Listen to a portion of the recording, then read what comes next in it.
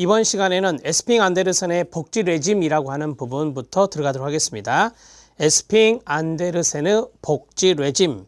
우리가 이제 보통 복지 레짐 하면은 복지적인 이념 이렇게 생각하셔도 무방합니다. 자, 자유주의와 조합주의와 삼인주의 이 세 가지를 절대 잊지 마세요. 이 세 가지가 가장 기본기니까.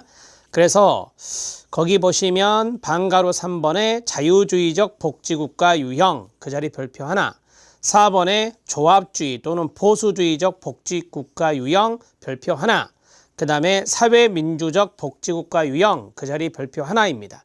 이 내용이 아마 여러분들 복습거리로 참 좋을 거예요. 자, 정리하겠습니다. 에스핑 안데르센의 복지 레짐은 노동자가 자신의 노동력을 상품으로 팔지 않고도 살 수 있는 정도를 의미하는 동그라미 1, 탈상품화 정도와 사회적 계층화가 이루어지는 유형과 정도, 계층화의 동그라미 2, 그리고 복지 제공에 있어서 그 다음 밑줄 형광펜으로 국가와 시장의 역할 분담 정도와 형태, 여기에 이제 가족이 들어갈 수도 있습니다. 그래서 그 자리에 동그라미 3, 이렇게 해서 이것을 주된 기준으로 해서 복지국가 레짐을 세 가지, 복지 레짐을 세 가지로 구분하였다. 여기에서 국가와 시장의 상대적인 역할 비중이 있는데 이거 참고하셔도 됩니다.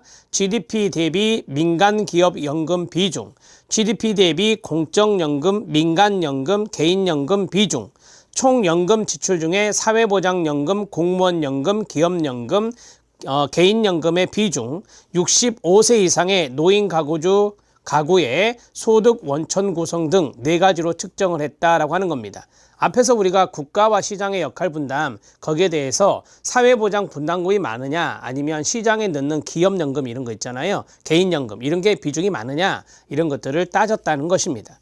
자유주의 복지국가 유형 들어갑니다. 자유주의적 복지국가는 시장, 동그라미, 시장을 근원으로 하는 개인주의적 연대 양식을 강조한다. 개인주의에 밑줄 치면 됩니다. 미국이라는 나라 생각하세요. 국가 개입은 최소로 줄이고 탈상품화 정도는 매우 낮다고 말씀드렸습니다.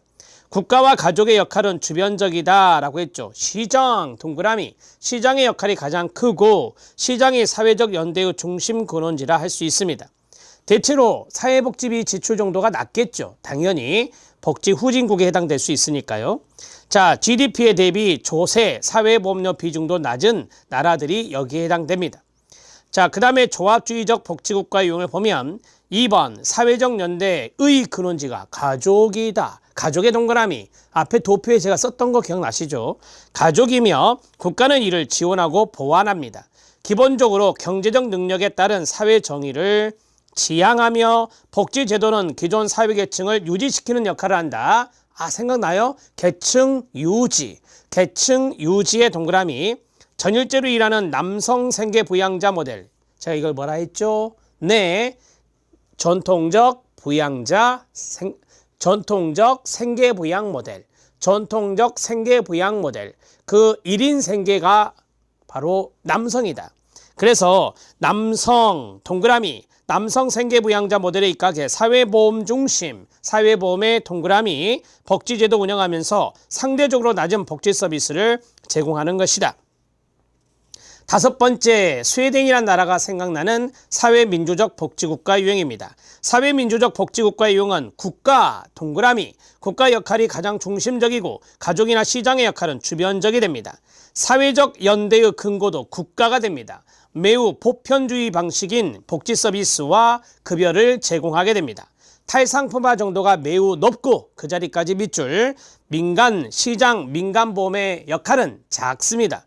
국고를 통해 재원을 마련하는 보편적 공공서비스 프로그램이 발달하겠죠. 복지제도가 평등을 실현하는 중심 기능을 하게 됩니다. 사회복지제도를 강조한다 이렇게 보시면 돼요.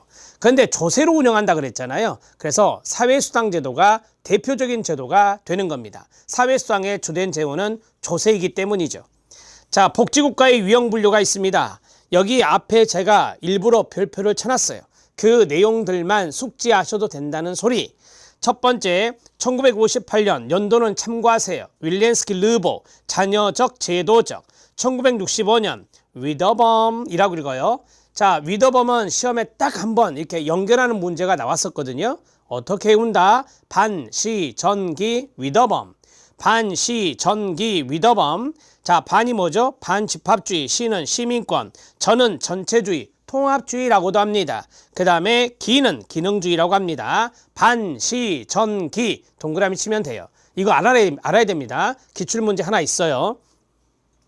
쭉 내려오세요. 1974년 티트머스, 자녀적, 산업적 성취 수행, 그 다음에 말씀드렸던 제도적 재분배, 1976년 조젠 윌딩, 반, 소, 폐, 마, 동그라미, 1977년 미슈라, 자녀적, 제도적, 규범적 모형을 다른 말로 사회주의다 이렇게 배웠어요. 그 다음에 1981년 테일러 구비와 데일 이렇게 해요. 테일러 구비가 한 사람, 테일러 구비와 데일 어떻게 외워요? 테일러 구비 이렇게 외우시면 돼요. 테일러 구비는 개개구마, 아니면 개개구마 테일러 구비 이렇게 외우시면 됩니다. 개가 개인주의, 뒤에 개는 계량주의, 그 다음에 구조주의, 마르크스주의다. 개구마 동그라미. 이게 옳은 것 찾기에서 답이었어요. 자, 그 다음에 쭉 내려오세요. 1990년 에스핑 앤더슨, 자유주의, 그 다음에 조합주의 또는 보수주의, 그 다음에 사회민주적 복지국가, 바로 앞에서 배웠던 거. 1994년 조젠 윌딩은 그렇습니다. 6가지로 분류했다. 신우파, 중도노선, 사회민주주의, 마르크스주의, 페미니즘, 녹색주의까지입니다. 앞에 별표 쳤던 것만 기억해 놓으세요. 나머지는 참고 안 읽으셔도 됩니다. 자, 됐고요. 밑에 이거는 시험에 2번 정도 출제가 됐어요. 미즐리와 리버머의 개발적 모델 또는 개발적 관점이라고도 해요. 자, 미즐리와 리버머의 개발적 관점은 경제라고 하는 것과 사회복지, 사회정책을 조화를 이루는 거예요. 통합을 이루는 거예요. 이게 바로 개발적 관점의 포인트예요. 그러면 경제성장에 도움이 되는 사회복지의 내용을 중요하게 생각할까요? 안 할까요? 당연히 하겠죠. 그래서 가장 많이 나오는 것이 1번이거든요. 1번 별표. 경제발전에 긍정적으로 기여하는 사회적 개입을 옹호한다. 그 다음이 중요하거든요. 밑줄 쫙 그으면서 형광펜으로 시작. 사회복지는 경제발전에 긍정적인 동력이다. 자, 이렇게 나오면 개발적 관점을 생각해 주셔야 됩니다.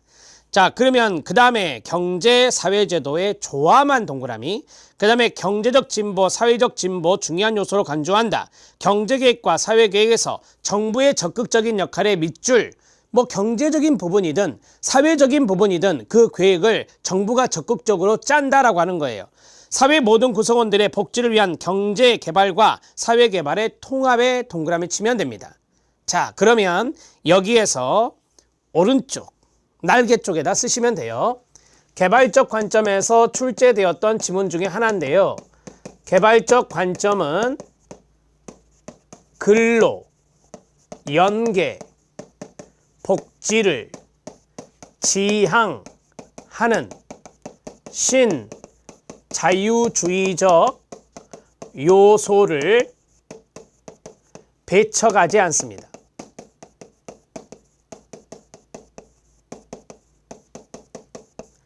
자, 근로연계복지 배웠거든요.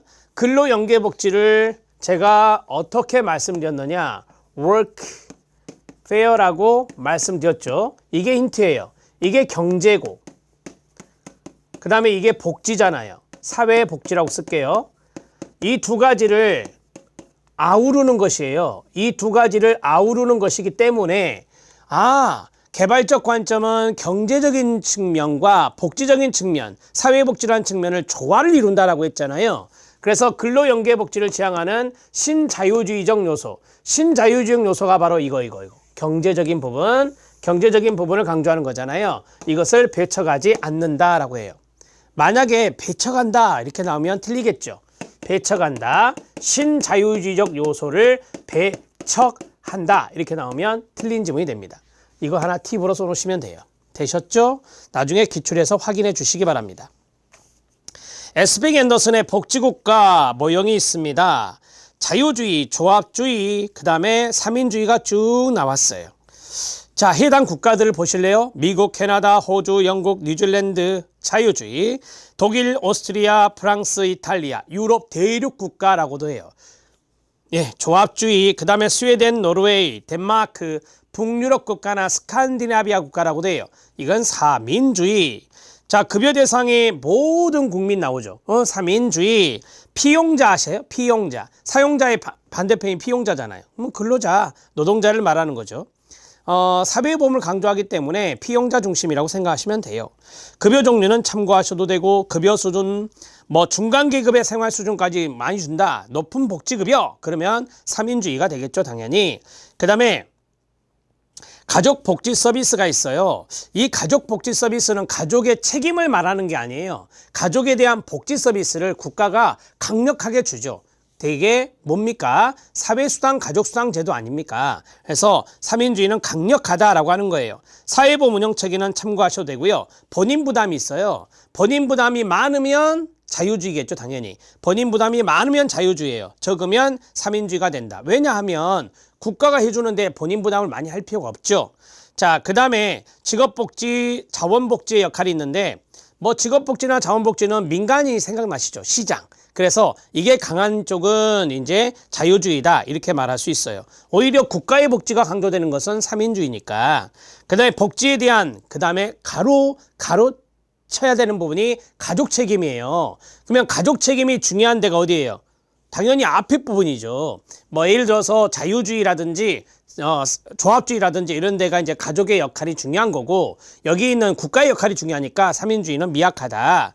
복지의 재분배 기능이 있어요. 여러분, 복지 재분배가 잘 되면 복지 선진국이죠. 네, 그래서 복지 재분배 기능이 미약한 게 자유주의, 중간이 조합주의, 가장 강력한 게 3인주의가 된다. 이해되십니까? 이제까지 이렇게까지 했는데 에스핑 앤더슨을 못 잡고 있으면 안 돼요. 충분히 잡고 있어야 됩니다. 자, 됐고, 밑에 보수주의와 그 다음에 자유주의의 이야기를 하고 있어요. 여러분, 여기서 여러분들이 꼭 헷갈리지 않으셨으면 좋겠는 게 뭐냐면 이거예요. 에스핑 앤더슨이 말한 자유주의와 그 다음에 에스핑 앤더슨이 없는 자유주의가 나올 수 있어요, 시험에서. 그럼 이거는 약간 여러분들 고민을 해봐야 돼요. 왜? 진보적인 자유주의가 있다니까요. 뉴 리버럴리즘, 우리가 배웠잖아요. 뉴 리버럴리즘이 있고 네오 리버럴리즘이 있다. 뉴 리버럴리즘을 말하는 거죠. 그래서 보수주의와 자유주의 비교해서, 이 자유주의 제가 안에다 뭐라고 썼죠? 진보라고 써줬잖아요. 진보에 동그라미 치면 돼요. 자, 그래서 제가 밑에다가 에스핑 앤더슨의 자유주의 내용과는 다름에 주의해라 라고 했어요. 그 자리 현관펜 밑줄 쫙 그어줘요. 시험 문제 풀 때 어떻게 풀면 돼요? 에스핑 앤더슨이 있냐 없냐, 그걸 보고 푸시면 된다. 그러면 안 헷갈린다.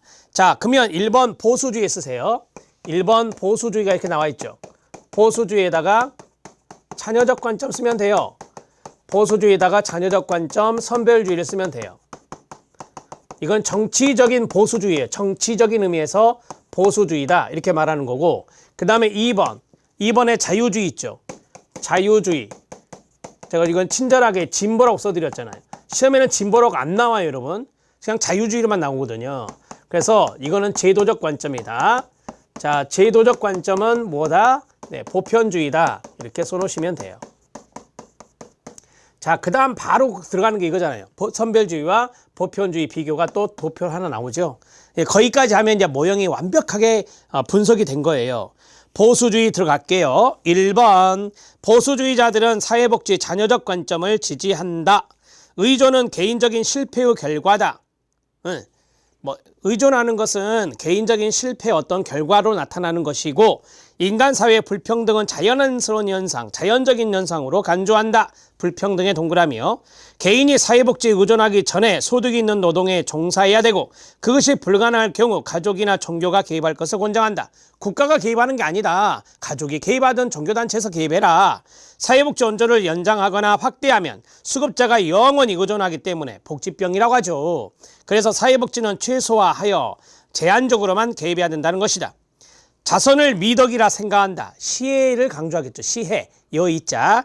자, 현재 정부의 재정이 건강이나 사회복지 서비스 분야에 투입된다 해도 서비스의 전달은 효과성과 효율성이 높은 민간 조직을 통해서 제공되는 것이 바람직하다. 민간 조직이 바로 시장이잖아요. 그래서 시장의 개입을 강조하는 것이 바로 여기 있는 보수주의, 자녀적 관점이다, 이렇게 말하는 거예요. 그럼 이제 완전히 반대 색채에 들어갑니다. 진보적인 자유주의를 보시죠. 자유주의자들은 사회복지의 제도적 관점을 지지한다. 모든 시민들의 권리나 권한을 보호하는 사회정의를 실현하기 위해서는 필연적으로 정부의 동그라미 사회적, 정치적, 경제적 구조에 개입해야 함을 강조한다. 개입의 동그라미. 자, 개인의 문제는 개인의 통제 범위를 벗어나서 발생한다. 사회적인 문제다라고 하는 거예요. 그래서 주로 환경적인 요인에 기인한다고 생각한다. 환경적인 요인에 밑줄 치면 돼요. 이게 바로 사회 구조적 문제라고 이야기하는 겁니다. 자, 사회는 다양한 이해 당사자들 간의 공정한 경쟁을 보장하는 규제의 동그라미. 이 규제를 누가 해요? 네, 당연히 정부가 하죠. 정부의 규제가 필요하다고 본다. 자유시장 경제는 바로 공정성을 확보하기 위한 규제가 필요하다. 규제의 동그라미. 누가 한다고요? 정부가. 자, 정부 사회복지 프로그램은 인간의 기본적인 욕구를 충족시킬 수 있도록 도움을 주기 위해서 반드시 필요하다. 자유주의자들은 사회의 문제를 해결하고 인간의 복지를 증진시키기 위해서 정부의 조치를 지지하고 정부의 규제와 개입이 인권을 보장하고 자본주의 역기능을 조절하며 시장의 기능을 조절하는 역할을 국가가 해야 된다라고 하는 거예요. 모두에게 성공을 위한 공정한 기회가 제공된다고 믿습니다. 자, 이제 광의의 사회복지와 협의의 사회복지 개념 비교. 그 자리 별표 2. 자, 거기에서 중요한 부분이 어디냐면 2번과 3번입니다. 2번 별표 1, 3번 별표 1. 자, 1번에 보니까 광의의 사회복지 개념에 입각한 것보다 협의의 사회복지 개념에 입각해서 제도와 정책을 실시하는 경우 사회 통합 효과가 낮고 그 다음에 경제적 효율성이 높다라고 했는데요. 이거는 이제 제가 사례를 들어서 말씀을 드려볼게요. 이 내용들이 시험에 출제가 됐는데 이것을 꼭 기억하셔야 됩니다. 자, 거기에 보면 첫 번째 사회통합이란 게 있고요. 두 번째 경제적 효율성이란 게 있어요. 이 두 가지를 생각을 하셔야 돼요. 생각을 하고 계세요. 자, 갑니다. 협의의 제도가 있고 그 다음에 광의의 제도가 있어요. 협의의 사회보장 제도의 대표적인 게 공공부조고요. 이건 제도 하나를 잡아야 돼요. 광의가 뭐겠어요? 사람들이 엄청나게 많이 보장받는 거 사회수당이라 이렇게 말할 수 있죠. 이렇게 이제 정리를 하셔야 돼. 이렇게 정리해야 안 헷갈립니다. 첫 번째 사회 효과성이라고 해요. 사회 효과성을 이퀄 사회 통합이라 해요. 동의어예요. 동의어. 근데 우리 시험에는 친절하게 사회 통합으로 나왔어요. 아이고 고마워라. 사회 통합이 더 훨씬 이해하기가 쉽거든요. 그 다음에 두 번째 경제적 효율성이 있다. 경제적 효율성이 있다. 이 경제적 효율성 하면 생각나는 게 돈이잖아요. 돈. 그래서 동의어가 비용 효율성이에요. 운영 효율성하고 헷갈리시면 안 돼요. 운영 효율성이 아니에요. 비용 효율성을 말하는 거예요. 그래서 경제적 효율성과 운영 효율성, 경제적 효율성과 비용 효율성, 그 다음에 사회 효과성과 사회 통합이 같다라고 해요. 자, 그러면 이쪽에 이제 다 써놨잖아요. 이쪽에 한 번 더 써야 돼요. 1번 그냥 사회 통합이라고 쓸게요. 시험에 이렇게 나왔으니까. 그 다음에 2번 경제적 효율성을 쓸게요. 경제적 효율성으로 시험에 나왔으니까. 우리는 뭘 치우면 되죠? 이제 이게 높냐 낮냐 그것만 알면 돼요. 자, 이게 보세요. 쉬워요. 어렵지 않아요. 공공부조는 사회 취약계층을 대상으로 하는 거 맞죠? 오케이. 그러면 선별을 해요. 선별을 해서 그 비용, 재정이 있어, 조세. 그 재정을 그분들한테 집중적으로 투입을 하잖아요. 그쵸? 비용 낭비가 있어요, 없어요? 없죠? 비용 낭비가 없어요. 왜? 도움이 꼭 필요한 분들한테 들어가니까. 그래서 경제적 효율성이 높다, 낮다, 높다라고 말할 수 있어요. 사회통합은요. 모든 국민에게 주는 게 아니에요. 모든 국민에게 주는 게 아니라 사회 취약계층 분들에게만 주는 거예요. 그러니까 사회통합 효과는 낮다라고 하는 거예요. 자, 여기 갑니다. 광의에 사회수당이 있어요. 부자도 받아요. 몇백억, 몇천억 있는 부자에도 주는 게 사회수당이에요. 조세로 주는 거예요. 그러면 비용의 낭비가 있어요, 없어요? 네, 있겠죠. 굳이 받지도 않아야 될 사람들, 받을 필요 없는 사람들에게도 돈이 들어간단 말이에요.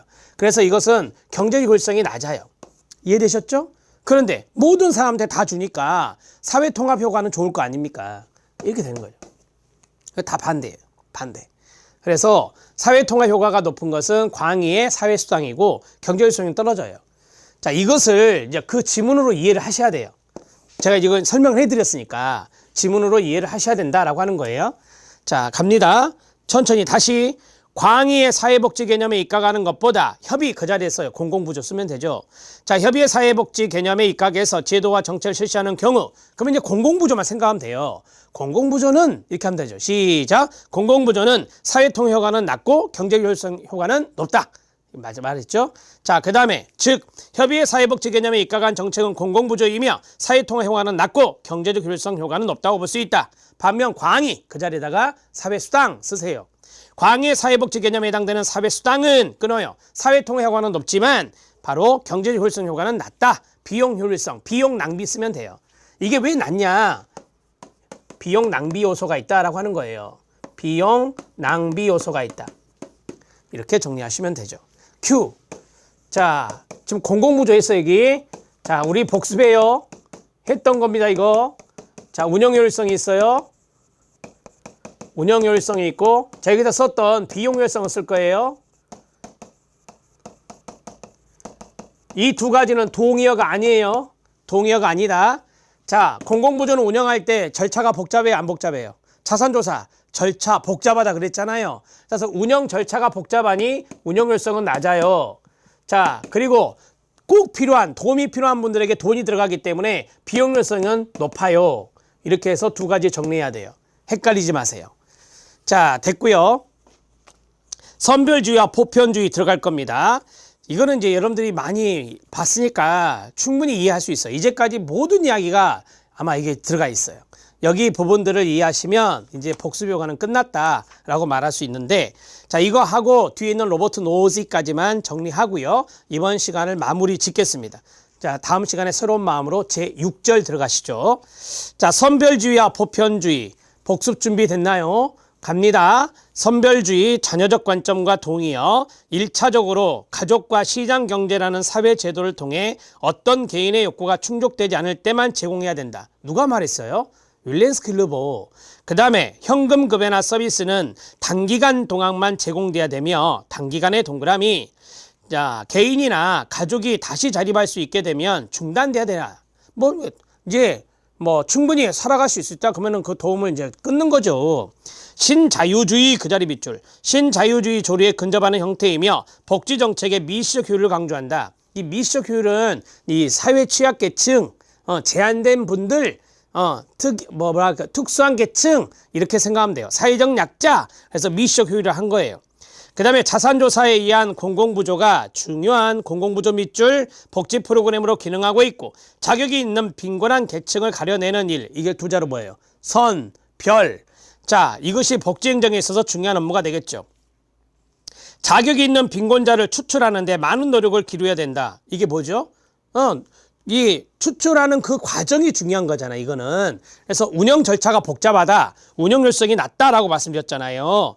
자, 추출하는 데 많은 노력을 기울인다는 것은 일단 복지의 성장에 있어서 장애가 되는 것으로 파악된다.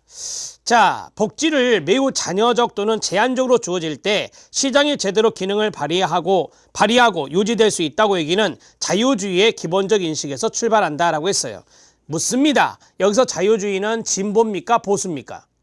보수예요. 다시 읽어드리면, 복지를 매우 잔여적, 제한적으로 주어질 때 시장이 제대로 기능을 발휘할 수 있다고 여기는 게 바로 자유주의인데, 여기서 자유주의를 신자유주의로 생각하면 돼요. 그래서 여기서 자유주의는 진보적 자유주의가 아니에요. 자, 신자유주의적 기본적인 인식에서 출발한다. 시장의 효율성과 노동력의 상품화, 앞에서 했던 것들, 저소득층 대상으로 하며 소득 및 자산조사에 의한 공공부조 프로그램을 강조하고 엄격하고 까다로운 자격 기준을 제시하고 있어서 잔여적이다.